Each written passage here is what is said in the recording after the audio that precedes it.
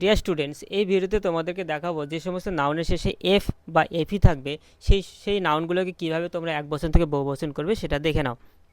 দেখো, যে সমস্ত নাউনের শেষে এফ বা এফি থাকে তাদের প্লুরাল করতে হলে এফ বা এফি পরিবর্তে শুধু ভিইএস যুক্ত করতে হয়। অর্থাৎ শেষে যদি এফ বা এফি থাকবে সেটা পরিবর্তন করে ভিইএস যুক্ত করলে সেটা বহুবচনে পরিণত হবে, অর্থাৎ সিঙ্গুলার থেকে প্লুরালে পরিণত হবে। কয়েকটা উদাহরণ দিয়েছি, উদাহরণগুলো দেখো। থিপ, THIEF, থিপ মানে চোর।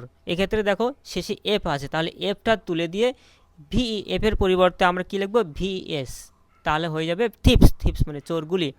তারপরে দেখো নাইফ, KNIFE, তাহলে এফিটা তুলে দিয়ে কি দিব আমরা, ভিএস, তাহলে নাইফ হয়ে যাবে নাইফস, নাইফস। তারপরে দেখো কাফ, কাপ মানে বাছুর, CALF, এফের কি এফ তুলে দিয়ে কি দিব আমরা, ভিএস, তাহলে হয়ে যাবে কাপস। তারপর হাফ, হাফ মানে অর্ধেক, HALF, হাফ, এখানে এফ তুলে দিয়ে দিব আমরা কি, ভিএস, তাহলে হয়ে যাবে হাফস। লোফ, লোফ মানে পাউরুটি, এখানে এফ তুলে দিয়ে কি দিব আমরা, ভিএস, তাহলে কি হবে, লোফস। লিফ, লিফ মানে পাতা, এখানে এফ তুলে দিয়ে দিব আমরা ভিএস, তাহলে হয়ে যাবে লিপস, পাতাগুলি।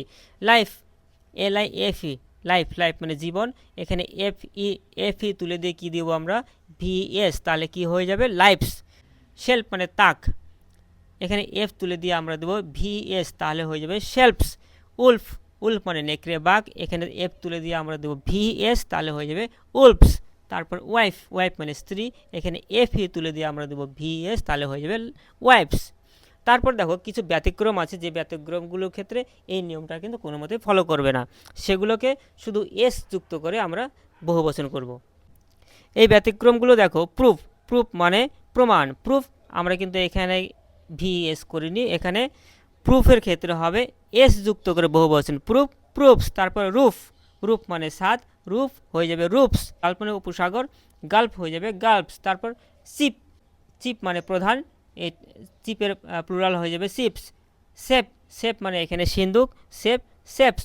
হুপ মানে গরুর খুর, হুপ, হুপস। এক্ষেত্রে কিন্তু ভিএস যুক্ত করা যাবে না, এগুলো ব্যতিক্রম যা এই নিয়মের মধ্যে পড়বে না।